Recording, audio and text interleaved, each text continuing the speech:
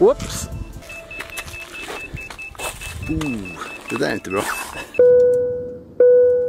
So about a year ago, I was at a mountain here nearby with a friend, flying the OpenRC, 3D printed OpenRC mini quad, having fun, and I crashed. So I crashed quite hard, and while I've done that in the past many times, this time the GoPro came off and I couldn't find it. So I really tried to find it. We went up there 3 or 4 times to look for it, and there's no trace of it. So I guess it's gone. And you know, it sucks because number one, it costs money, but you also have a bunch of awesome footage that will never be seen by anyone. So after that, I didn't want to put another GoPro on there and risk losing that too. So I started to look at some cheaper cameras to use not only on the quad, but as a secondary camera mounted on my downhill bike while doing downhill, stuff like that, getting other angles than just from the main camera. And if you crash or whatever, you break it, it still costs money, but it's not the end of the world. So I started off trying this one, which is the Runcam 3, and it worked pretty well in the beginning, but pretty soon the battery just started to die instantly. Like, it would film for 20-30 seconds and then just die. So I couldn't trust it, and if you can't trust a camera, it's no use using it. So for a while there, I used my GoPro, and I was scared as every time.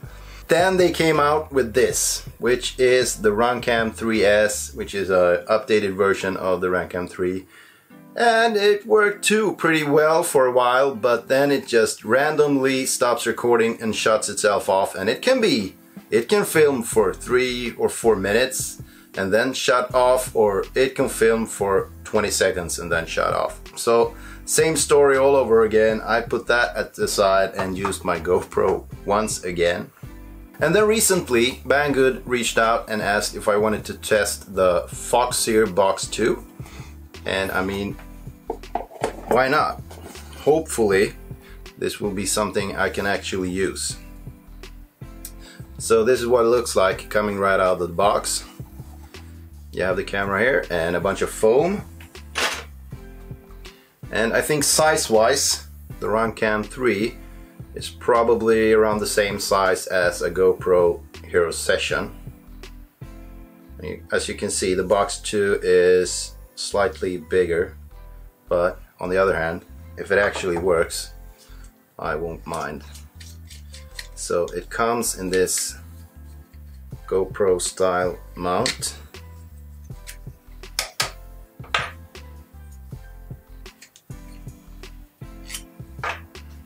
And here it is without the cage. On the side here you have the on-off button and the record button. And on the top you have the SD card slot, and you also have an HDMI port and USB-C port to charge it. So I'm going to charge the battery on this thing and take it out for a test.